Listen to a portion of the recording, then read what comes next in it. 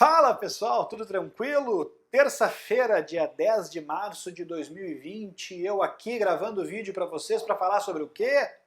Não, eu não vou falar sobre Big Brother Brasil, e que pese hoje seja noite de paredão, mas eu vou inclusive fazer aqui sim uma homenagem a um dos participantes do BBB, que pode ser até mesmo eliminado na noite de hoje, que é o Vitor Hugo. Então tu que assiste BBB, pega a referência. Hoje no vídeo tem palestrinha para ti.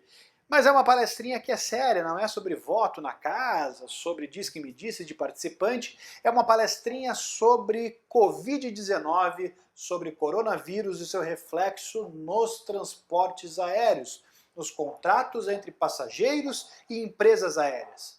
Vamos rapidamente falar o porquê que eu estou gravando esse vídeo justamente hoje, nesta terça-feira, dia 10 de março.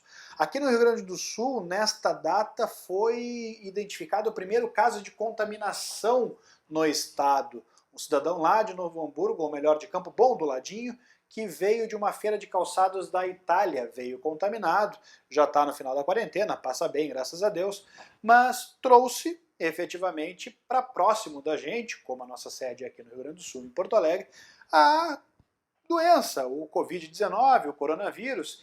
E é natural do ser humano, quanto mais próximo o evento, mais próximo o dano, mais preocupado a gente fica.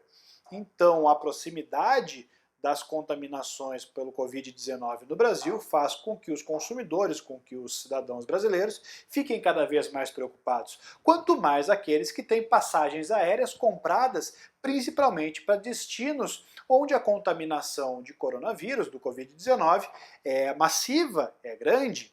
E em função disso, a Secretaria Nacional do Consumidor, que é um órgão do Ministério da Justiça e Segurança, editou, juntamente com o Ministério da Economia, Ministério do Turismo e Ministério da Saúde, uma nota técnica tratando dos direitos dos consumidores e também das empresas em função da epidemia do coronavírus, de que maneira os passageiros poderiam ser atendidos e as empresas poderiam não ser prejudicadas.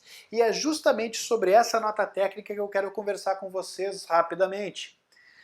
No meu entendimento, a Senacom deixou de prestar um grande serviço às relações de consumo na medida em que jogou para a relação contratual a resolução desses problemas. Quando a Senacom trata na sua nota técnica de coisas em que pese sejam parecidas, mas que na essência são muito distintas, ela perde a oportunidade de amadurecer o mercado. E eu explico rapidamente para ti que não está por dentro disso, o porquê que eu faço essa distinção. É claro que a gente não pode atribuir às companhias aéreas a responsabilidade por cancelar, por remarcar ou por devolver o dinheiro de todas as passagens aéreas por elas emitidas a quem se diz ameaçado ou preocupado com o coronavírus. É muito diferente eu, Cauê, que saio aqui de Porto Alegre e vou a Curitiba, por exemplo, fazer uma audiência, dizer que eu não quero mais a passagem porque eu estou com medo do Covid-19. Agora, isso é uma situação alarmista, é uma situação que eu não posso repassar à empresa. Diferente seria se eu tivesse comprado uma passagem para ir para Milão, se eu tivesse comprado uma passagem para ir para Beijing, se eu tivesse comprado uma passagem para ir para o Irã, que são países reconhecidos, inclusive pela OMS, como países de grande contaminação, inúmeros casos de mortes confirmadas pelo coronavírus. A minha segurança, a minha incolumidade física e mental com uma passagem marcada para lá é completamente diferente de um caso de histeria ou um caso de uma precaução excessiva, se você quiser chamar assim, de um cancelamento de um destino turístico aqui no Brasil ou então na América do Sul, enfim, qualquer país que não tenha nenhum tipo de alerta da Organização Mundial da Saúde ou dos órgãos reguladores locais. Isso claramente a nota técnica tem razão em dizer que não pode ser atribuído à empresa essa responsabilidade. Agora, nos demais casos, ela deixa de orientar o mercado no sentido de acolher o consumidor, no sentido de trazer esse passageiro para si e entender essa angústia desse passageiro. Poxa, eu comprei a passagem contigo por um preço, por uma confiança, por uma série de questões, e eu quero ir contigo para esse destino, vamos dizer a Itália. Tá? Agora eu não me sinto seguro. Se eu sou do serviço de atendimento ao consumidor dessa companhia aérea, eu tenho que entender esse consumidor, eu tenho que trazer ele para mim e dizer, cara, eu te entendo. eu te entendo. Vamos remarcar essa passagem, eu vou te dar isso em crédito, eu vou cancelar e vou te devolver o dinheiro, mas eu vou te devolver isso daqui a tantos dias, enfim. Faz um acordo com esse consumidor, faz um acordo com esse passageiro, porque ele vai voltar a voar contigo. Agora, a partir do momento em que a Senacom simplesmente diz que isso é uma regra contratual e que se no teu contrato com a empresa tem uma penalidade para remarcação, tem uma impossibilidade de desistência, tem uma multa por desistência e a empresa tem o direito de cobrar isso, se cria uma antipatia entre consumidor e fornecedor que vai invariavelmente desaguar no Poder Judiciário. A própria nota técnica diz no final que o ideal é que o consumidor deixe de buscar o judiciário e acione a empresa, busque o consumidor.gov. Agora, o texto da nota técnica dá às empresas o direito de não fazer a indenização. E aí, gente, qual é o erro central disso? É deixar de analisar a principiologia do próprio Código de Proteção e Defesa do Consumidor.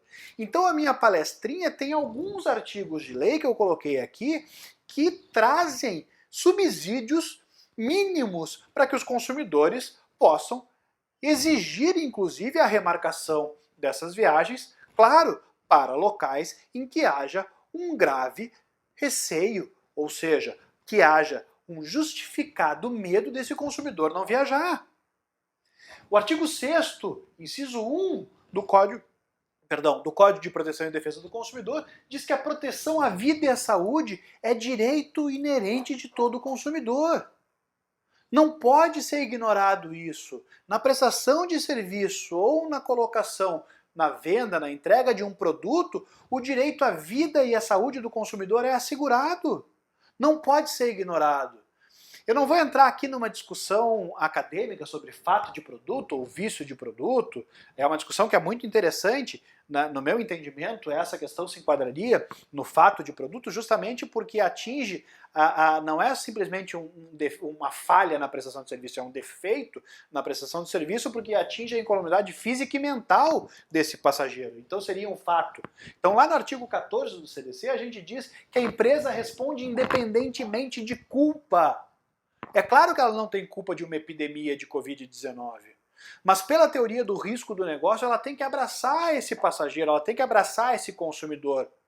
Também o passageiro não tem culpa. Agora, dois que não têm culpa, fornecedor e consumidor, quem que vai arcar com o ônus disso? Só o consumidor? Não, tá errado.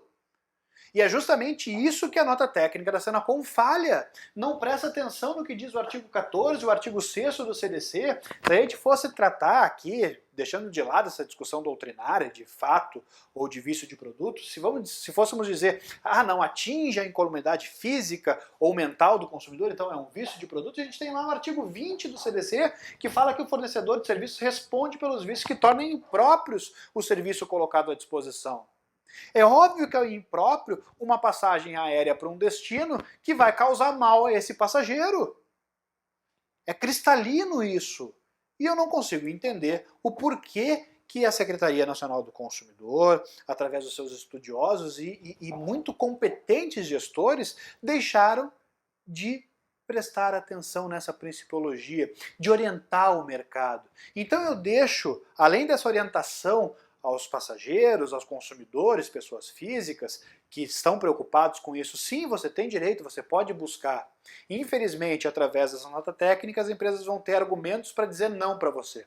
Mas busque os seus direitos, vá no Procon, o Procon certamente tem capacidade para fazer a sua defesa, vá no consumidor.gov e, infelizmente, recorra ao Poder Judiciário se você não conseguir essa acolhida.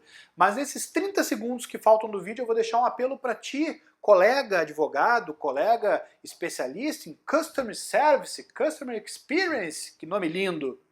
Acolha esse passageiro, entenda essa situação, traga ele para a sua célula de resolução de conflitos. Não leve isso ao Poder Judiciário. Não crie uma antipatia quando efetivamente exista um fundado receio por parte desse passageiro.